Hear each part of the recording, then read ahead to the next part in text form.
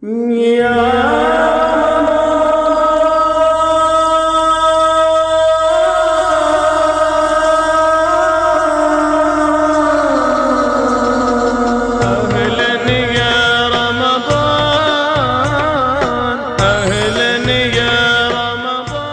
ایک سوال میرے ذہن میں آ رہا تھا یہاں پر کہ اکثر اوقات ایسا ہوتا ہے کہ والدین جو ہے وہ دین اسلام پر عمل کرنے سے یا کسی کام سے وہ روکیں، تو اس کیس میں اولاد کو کیا کرنا چاہیے؟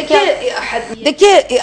اس میں تو بہت واضح موقف ہے اسلام کا، جس میں کوئی ابہام یا کوئی اخفا نہیں ہے، بالکل واضح ہے، اور وہ یہ ہے کہ والد مخلوق کی اطاعت پر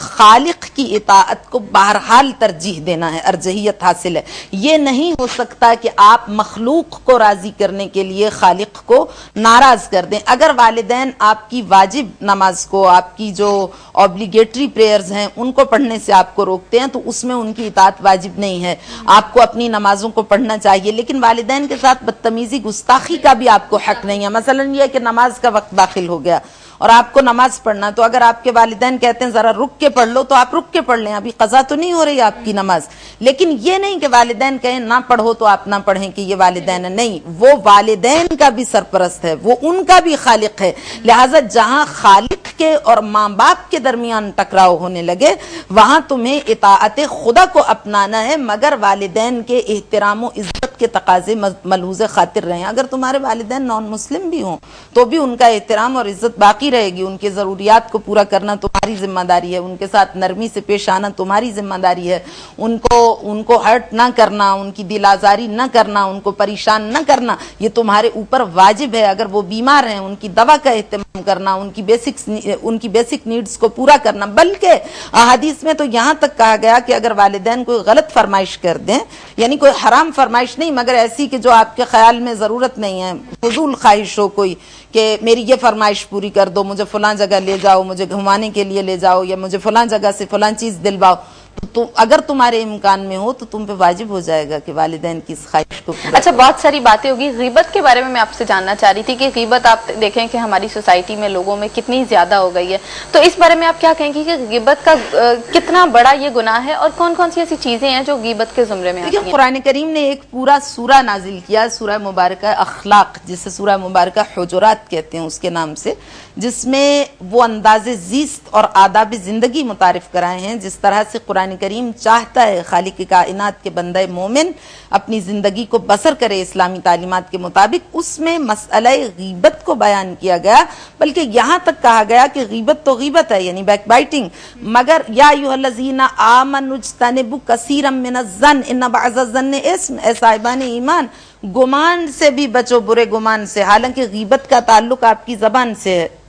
آپ کے ورڈ آف ماؤتھ سے ہے، جو جملہ آپ کی زبان سے نکلتا وہ غیبت ہے، لیکن گمان کا تعلق تو زبان سے نہیں ہے، وہ تو آپ کے دل میں گزرتا ہے۔ اسلام نے اس پر بھی پہرے بٹھا دیے ہیں تقوی الہی کے پرہیزگاری کے، یا ایھا الذین آمنوا اجتنبوا کثیرا من الظن ان بعض الظن اسم، برے گمان سے بھی بچو، اس لیے کہ بعض گمان بھی گناہ ہوتے ہیں، اور پھر فرماتا کہ لا تقف لیس لک،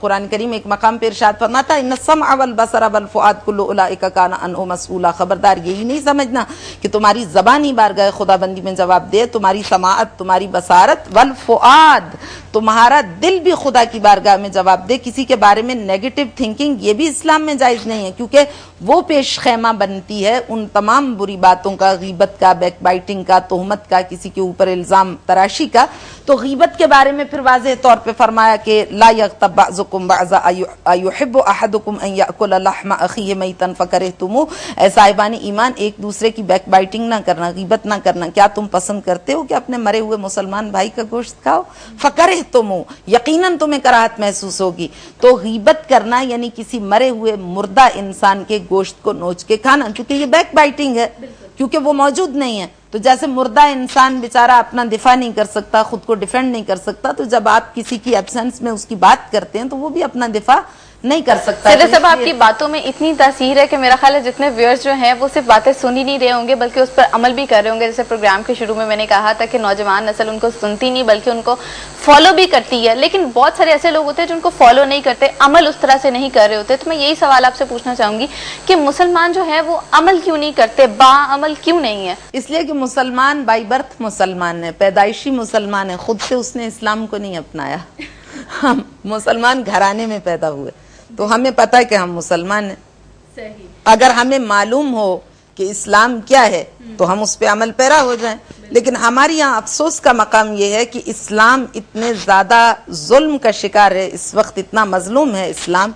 دو طبقے ہیں, دو طرح کی ایکسٹریم چل رہی ہے. ایک وہ ہے جنہوں نے اسلام کو انسانیت دشمن مذہب بنا کے لوگوں کے سامنے پیش کر دیا, اور کچھ لوگ انہی کی راہ و روش پر چل رہے ہیں, ان کے پیچھے پیچھے چل رہے ہیں, اور انہوں نے اپنے علاقائی قبائلی تعصبات اور رسوم و رواج کو اسلام کا نام دینے پر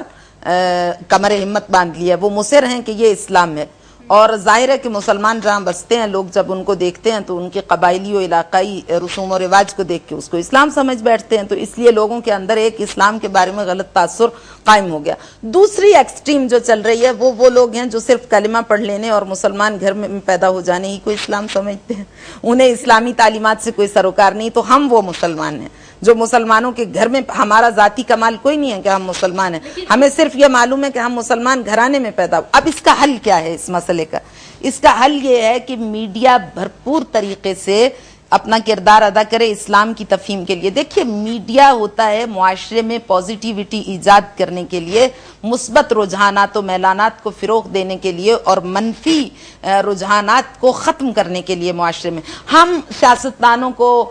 پولیٹیشنز کو آپس میں لڑانے کے لیے, اس طرح کے ٹاک شوز کرنے کے لیے, اپنی ریٹنگ بڑھانے کے لیے تو بہت زیادہ متحرک نظر آتے ہیں. لیکن وہ چیزیں جو معاشرے میں لوگوں کی اصلاح کرتی ہیں, برین واشنگ کرتی ہیں, جو انسان کی گناہ سے نیکی کی جانب ہجرت کا باعث بنتی ہیں, جو نافرمانی و سرکشی و بغاوت و اناد و عصبیت و تعصب سے اللہ کی فرما برداری کی جانب ہجرت کا باعث بنتی ہیں, اور ایک گناہگار انسان, ایک برا انسان, ایک اچھا نیک مومن صالح پاکیزہ اللہ کا پسندیدہ متعبد عبادت گزار اور اطاعت گزار بندہ بن جاتا ہے, اس کی جانب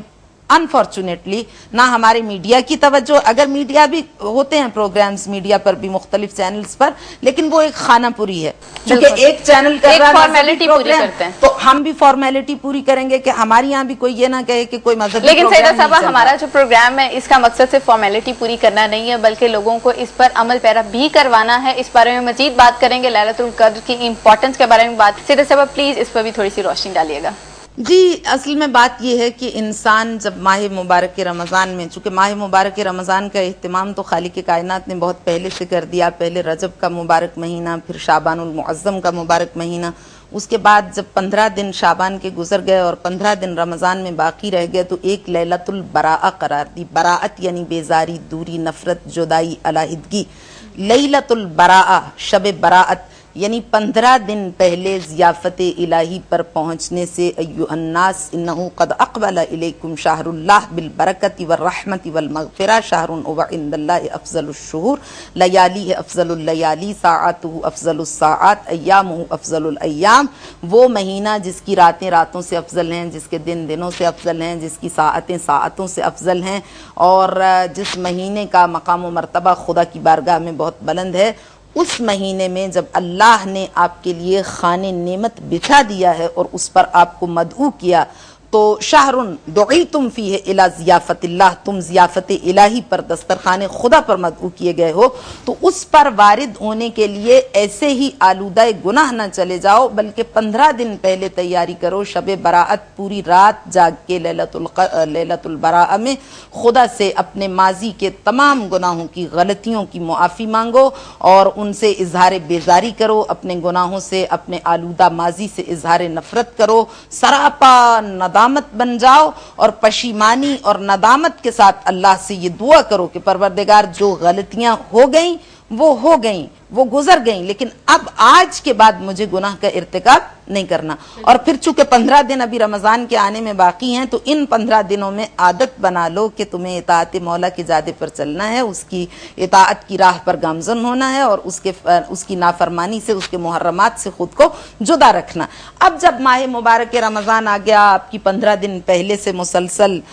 تربیت ہو رہی ہے، پھر رمضان کا مہینہ آ گیا، ہر طرف تلاوت قرآن کے نغمات فضاؤں میں گونجنے لگے، ایک خاص موسم نے، ایک خوشگوار ماحول نے، ایک خاص فضا نے آپ کو اپنے حصار میں لے لیا، اور ہر طرف ایک خاص ماحول اور خاص کیفیت پیدا ہو گئی. تو اس میں پھر رفتہ رفتہ رفتہ انسان کا نفس، اس کی سرکشی ختم ہونے لگی، چونکہ بھوک اور پیاس نفس انسانی پر جو اثرات مرتب کرتی ہے، اس میں سے ایک یہ بھی ہے کہ گناہ کی خواہش رفتہ رفتہ اس میں سے ختم ہونے لگتی ہے. طاقت اور خواہش دونوں دم توڑنے لگتی ہیں گناہ کی. تو اب جب وہ سیلف کنٹرول کی اس منزل پر پہنچ گیا، اس نے رمضان المبارک کے 2 عشرے گزار لیے، تو اب خالق کائنات نے اسے حصول رضائے رب کی راہ پر گامزن کرنے کے لیے ایک دم لیلۃ القدر قرار دی کہ وہ ایک دم